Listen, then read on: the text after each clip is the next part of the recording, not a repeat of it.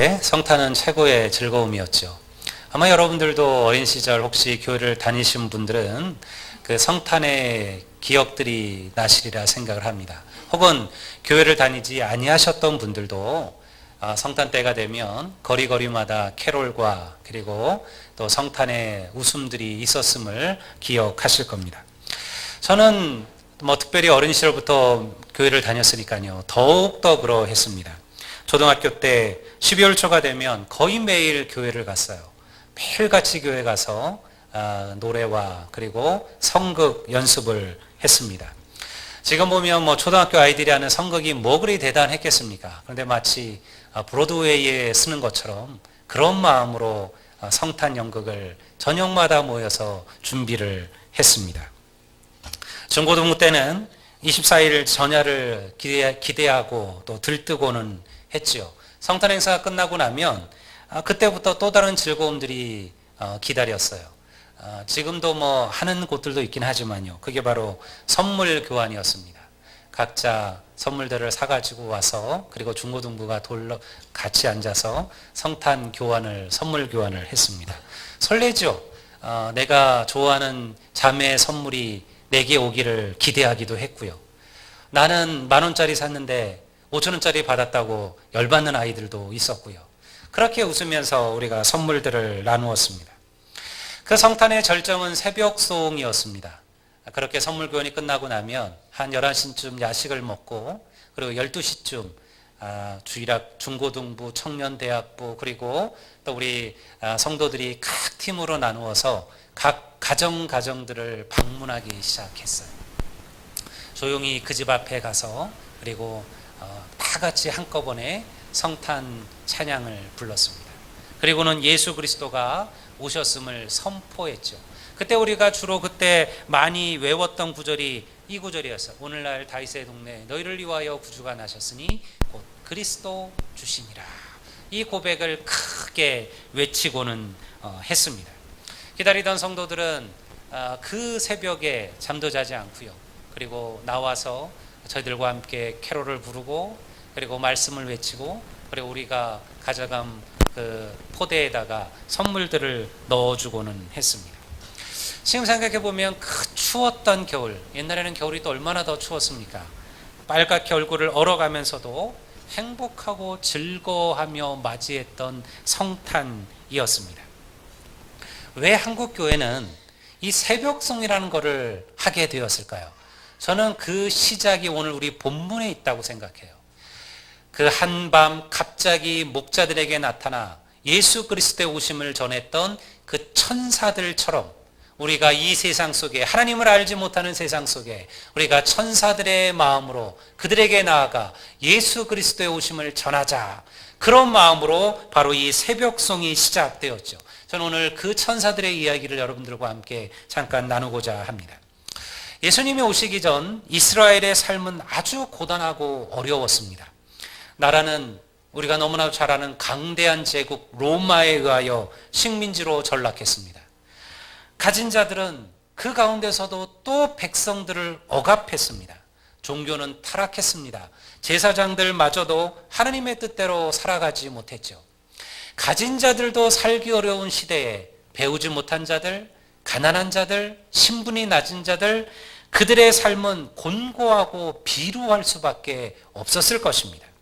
그러한 이들의 바로 대표적인 인물이 누구냐? 그들이 바로 오늘 우리 본문에 나오는 목자들이었습니다. 8절을 보면 예수님이 태어나시던 그날 목자들의 이야기가 등장합니다. 우리가 한번 같이 읽어보실까요? 우리 8절 말씀을 우리 다 같이 한번 읽겠습니다. 그 지역의 목자들이 밤에 밖에서 자기 양떼를 지키더니 당시 이스라엘에 있어서 가장 배우지 못하고 가난한 자들이 갖는 직업이 목자였습니다. 우리가 가끔 무슨 텔레비전이나 명화에서 보는 파란 그 잔디밭이 쫙 펼쳐져 있고 그리고 하얀 양떼들이 아주 평화롭게 돌아다니며 그 풀을 먹고 그리고 또 목자가 아주 멋진 모습으로 바위에 앉아서 양들을 돌아보는 그러한 그림은요, 현실과는 완전히 달랐어요. 목자의 삶은 대단히 고통스러운 삶이었습니다. 그들은 한 곳에 정착하지 못하고 그 양떼를 데리고 짐승은 가축대를 데리고 떠돌아다니는 삶을 살았습니다. 이것이 워낙 고통스러운 삶이었기 때문에요. 가진 자들은 절대 목자를 하지 않았죠. 짐승을 가진 자들은 삭스를 주고 그리고 목자들을 고용했어요.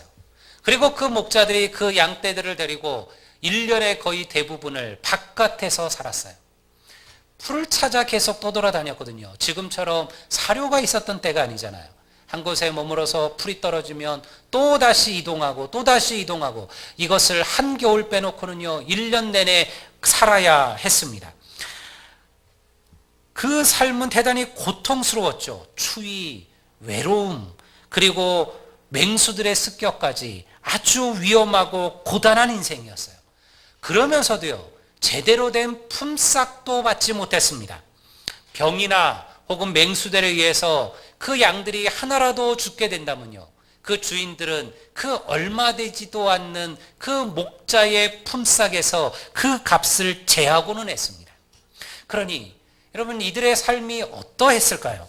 목자들은 이스라엘에서 가장 낮고 가장 천한 삶을 살아가는 대표적인 인물들이었습니다. 그런데 여러분 이곳에 하나님의 은혜가 있어요. 예수님의 오심을 전하는 천사들이 가장 먼저 찾아간 이들이 바로 이 목자들이었다는 거예요. 또한 예수님의 오심을 가장 먼저 가서 그 아기 예수님을 보고 그 예수님께 경배했던 이들도 바로 이 목자들이었다는 것입니다. 왜 그랬을까요? 왜 천사들은 왕이나 당시에 이스라엘의 영적인 지도자들이었던 대제사장 그리고 제사장들, 율법에 정통하다고 자부하는 그런 율법학자나 서기관들 혹은 율법대로 살아간다라고 그렇게 자부심을 가졌던 바리새인들 그런 이들에게 찾아가서 예수의 오심을 전하지 않고 왜 이 목자들에게 이 주님의 오심을 전했을까요? 여기에 예수 그리스도께서 이 땅에 오신 진정한 이유가 숨겨져 있기 때문에 그렇습니다. 여러분, 복음은 모든 차별을 뛰어넘습니다. 복음은요, 누구에게도 묶이지 않습니다. 복음은요, 온 세상을 향한 하나님의 사랑이에요. 예수님의 오심이 단지 가진 자들과 배운 자들과 높은 자들만을 위하여 주어진 게 아니라는 거죠. 당시의 이스라엘 백성들은 그렇게 생각했어요. 메시아가 오면요, 메시아가 누구를 위하여 일할 것이라 믿었습니까? 가진 자들, 힘센 자들, 대제사장들, 그리고 권력자들, 바로 그들을 일으켜 세워서 위대한 하나님의 나라를 세울 것이라 믿었어요. 그들은요, 가난한 자들과 죄인들과 세리들과 몸을 파는 여인들, 그리고 목자들, 이런 사람들은 하나님의 구원의 바깥에 있다라고 믿었어요. 그런데 예수님의 복음은 달랐다라는 거죠. 예수님의 복음은 가장 먼저 그런 가난한 이들에게 선포되었다라는 거예요. 우리도 이 목자들과 크게 다를 바가 없습니다. 수많은 인생들이 인생의 장벽 앞에서 낙심하고 절망합니다. 어디로 가야 될지를 알지를 못합니다. 제가 새벽마다 엘리베이터에서 만나는 분이 계셔요. 새벽 기도로 올 때마다 그분도 그때 그 엘리베이터에서 봅니다. 그분은 그 아파트에 사시는 분이 아니에요. 그 아파트에 우유를 배달하시는 나이가 지극하신 그런 분이에요. 자주 보다 보니까 이제는 인사도 하고 지나가고는 합니다. 그분을 볼 때마다 참 열심히 사시는구나라는 생각을 해요. 4시 40분이 돼서 새벽 4시 40분에 우리 아파트까지 오셨다면 그분이 보급소에 가서 우유를 받고 그거를 싣고 그리고 다시 우리 아파트까지 오셨으니 아마 그는 매일 새벽 4시나 그 전에 일어날 겁니다. 매일같이 새벽 4시면 일어나서 그 우유 돌리는 일을 하고 있는 거죠. 그분만 그럴까요? 오늘날 이 시대에 열심히 사는 사람들이 얼마나 많은지 몰라요. 얼마나 많은지 모릅니다. 열심히 살고 분주하게 살고 바쁘게 살아가죠. 그런데 잘못된 길로 잘못된 방향으로 가는 인생들이 또한 많다라는 거예요. 열심히 살지만 무엇을 위해 사는지를 알지 못합니다. 그리고 어느 순간 벌써 인생의 끝자락에 서 있는 것을 보게 된다는 거예요.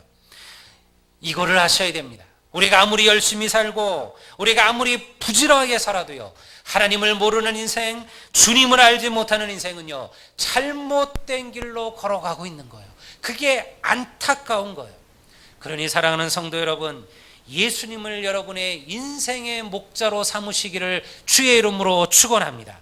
그 예수님께서 우리가 어디로 가야 할지, 우리가 무엇을 해야 될지 우리에게 인생의 길을 보여주실 것임을 믿습니다. 천사가 전한 소식이 무엇이간데 성경은 왜 이것을 기쁜 소식, 좋은 소식이라고 부를까요? 다른 말로 복음 아닙니까? 11절을 보면 이렇게 기록되어져 있습니다. 오늘 다윗의 동네에 너희를 위하여 구주가 나셨으니 곧 그리스도 주시니라. 이것이 왜 좋은 소식일까요? 천사가 이렇게 얘기했습니다. 내가 너희에게 좋은 소식을 전하노라, 이렇게 말하고요, 그 다음에 나오는 구절이 바로 이 구절이에요. 오늘 다윗의 동네에 너희를 위하여 구주가 나셨으니 곧 그리스도 주시니라. 이 본문에 나온 좋은 소식은 이거예요. 바로 너희를 위하여라는 고백이에요. 예수 그리스도가 오셨는데 누구를 위하여 오셨습니까? 이스라엘의 왕이나 이스라엘의 대제사장들이 아니라 들에서 양을 치고 있는 바로 너희들을 위하여 예수 그리스도가 오셨다. 좋은 소식을 우리가 헬라어로 번역하면 유앙겔리온이라는 말을 쓰죠. 이게 좋은 소식이라는 뜻이에요. 이 유앙겔리온이 언제 쓰여지던 단어냐면요, 로마의 제국에서, 로마의 황궁에서 쓰여지던 그런 단어들입니다. 이런 거죠. 만약 로마의 황제가 이제 그 제국을 이어갈 아들, 황태자를 출산했어요. 그러면 로마의 황제가 유앙겔리온을 선포합니다. 나가서 포고문을 붙이죠. 좋은 소식, 기쁜 소식, 유앙겔리온 해가지고 거기다가 포고문을 붙이는 거예요. 언제 로마의 우리의 황제께서 이제 아들을 낳았으니 이 황제가 이제 이 제국을 다스릴 것이다. 모든 백성들은, 신민들은 기뻐하고 즐거워할지어다. 이것이 바로 헬라어가 말하는 유앙겔리온이었습니다. 그런데 성경은 이 단어를 복음이라는 단어로 다시 끌어들이고 있습니다. 바울이 말한 복음도 유앙겔리온이에요. 베드로가 말한 복음도 유앙겔리온이에요. 왜냐하면 이게 진짜 복음이라는 거예요. 로마의 황제가 아들이 낳았다는 게 유앙겔리온 복음이 아니라 예수 그리스도가 이 땅에 오셨다는 것, 바로 너희들을 위하여 오셨다는 것, 이것이 복음이라는 거죠. 로마의 황제가 아들을 낳은 것이 누구에게나 복음이겠습니까? 그거는 로마의 황제에게는 복음일 거예요. 로마의 황후에게는 복음일 거예요. 그리고 로마의 고관 대작들에게는 복음일지는 몰라요. 그러나 로마의 지배를 받는 식민지에게는요, 그 식민지의 백성들에게는요, 가난한 자들에게는요, 그거는 복음일 수가 없는 거죠. 바울은, 그리고 베드로는, 그리고 성경의 저자들은 그래서 이 복음을 갖고 온 거예요. 이거는 가짜 복음이다. 내가 너희들에게 진짜 복음을 가르쳐 줄 것이니 바로 예수 그리스도께서 너희들을 위하여 이 땅에 오셨도다. 이것이 바로 진짜 복음이라는 거예요. 예수의 오심은 우리 모두를 위한 좋은 소식이에요. 예수 그리스도가 이 땅에 오심으로써 여러분들이 하나님의 자녀가 되고 여러분들이 주의 백성이 되었음을 여러분 믿으시기를 주의 이름으로 축원합니다. 이것이 복음이죠. 우리가 누구든지, 우리가 어떠하든지 간에 예수 그리스도를 영접하고 예수님을 나의 구주로 고백하기만 한다면 우리가 천국의 상급을 얻고 우리가 하나님의 영생을 소유하는 자가 된다는 거예요. 이게 복음이죠. 오늘날 이 시대에 가짜 복음들이 너무나도 많아요. 성도들을 미혹하죠. 그것들이 마치 진짜 복음인 것처럼 그렇게 우리에게 다가오고 있습니다. 바울은 그래서 갈라디아에서 너희들이 다른 복음을 주의하라 그랬어요. 다른 복음을 주의하라. 무엇이 다른 복음이냐? 오늘 마치 자신이 인생에게, 인간들에게 구원을 줄 것처럼 다가오는 모든 것들이 가짜 복음, 다른 복음들이에요. 돈, 권력, 쾌락, 세상의 즐거움들, 세상의 인맥들, 이거는요 가짜 복음이에요. 물론 거기에도 기쁨이 있죠. 거기에도 한순간 우리를 행복하게 하고 한순간 우리를 즐거워 만드는 것처럼 보입니다. 그런데 가짜 복음은요 결코 인생을 무너뜨립니다. 결국 인생을 더 큰 허무와 절망으로 인도하는 게 가짜 복음들이에요. 그런데 진짜 복음은 달라요. 진짜 좋은 소식은 달라요.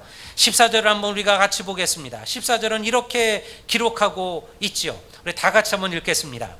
지극히 높은 곳에서는 하나님께 영광이요 땅에서는 하나님이 기뻐하신 사람들 중에 평화로다. 진짜 복음은 뭐가 다를까요? 진짜 복음은요 하나님에게 뿐만 아니라 인생에게도 좋은 소식이라는 거예요. 예수의 오심은 하나님에게는 영광이었어요. 예수의 오심은 인간에게는 평화가 되었어요. 제가 지난주에 성 프란체스코, 성 프란시스에 대한 말씀을 잠깐 드린 적이 있었죠. 우리가 부르는 찬양 가운데 평화의 기도라는 아주 오래된 곡이 있어요. 제가 중고등부 시절에도 불렀으니까요. 몇십 년이 벌써 넘어간 그런 노래입니다. 이 평화의 기도가 바로 이 성 프란체스코가 지은 프란체스코의 기도문이에요. 그 평화의 기도라는 그 부제 속에 프란체스코의 기도문이라 그렇게 이름이 달려져 있어요. 그가 이렇게 기도했어요. 바로 그 프란체스코의 평화의 기도라는 곡의 내용이에요. 그가 뭐라고 기도했냐면, 주여 나를 평화의 도구로 써주소서. 미움이 있는 곳에 사랑을, 상처가 있는 곳에 용서를, 분열이 있는 곳에 일치를, 의혹이 있는 곳에 믿음을 심게 하소서. 오류가 있는 곳에 진리를, 절망이 있는 곳에 희망을, 어둠이 있는 곳에 광명을, 슬픔이 있는 곳에 기쁨을 심게 하소서. 위로받기보다는 위로하며, 이해받기보다는 이해하며, 사랑받기보다는 사랑하며, 주님을 온전히 믿음으로 영생을 얻기 때문이니 주여 나를 평화의 도구로 써주소서. 이게 프란체스코의 기도문이에요. 사랑하는 아들연교회 성도 여러분, 여러분도 주님의 평화의 도구로 쓰임받게 되기를 간절히 소망합니다. 예수의 사람들이 가는 곳마다 평화가 일어나야 돼요. 예수의 오심이 하나님께는 영광이요 인간들에게는 평화다. 인간이 어떠했습니까? 주님 오시기 전에 그들은 평안하지 못했다는 거예요. 죄의 노예로 살았습니다. 사단의 노예로 살았습니다. 죽음의 노예로 살았어요. 그런 이들에게 예수 그리스도께서 오심으로 진정한 평화가 시작되었다는 거예요.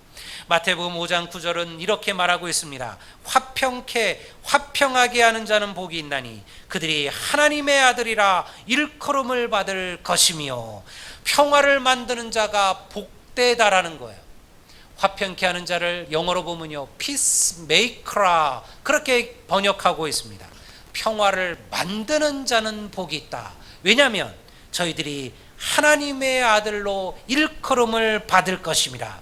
다른 사람은 어떠하든지 나 자신 혼자 평안하다고 해서 그것은 진짜 평안이 아니라는 거예요. 나를 통하여 내가 가는 곳마다 평화가 일어나고 평화가 만들어지게 되는 것, 그것이 바로 진짜 평안이에요.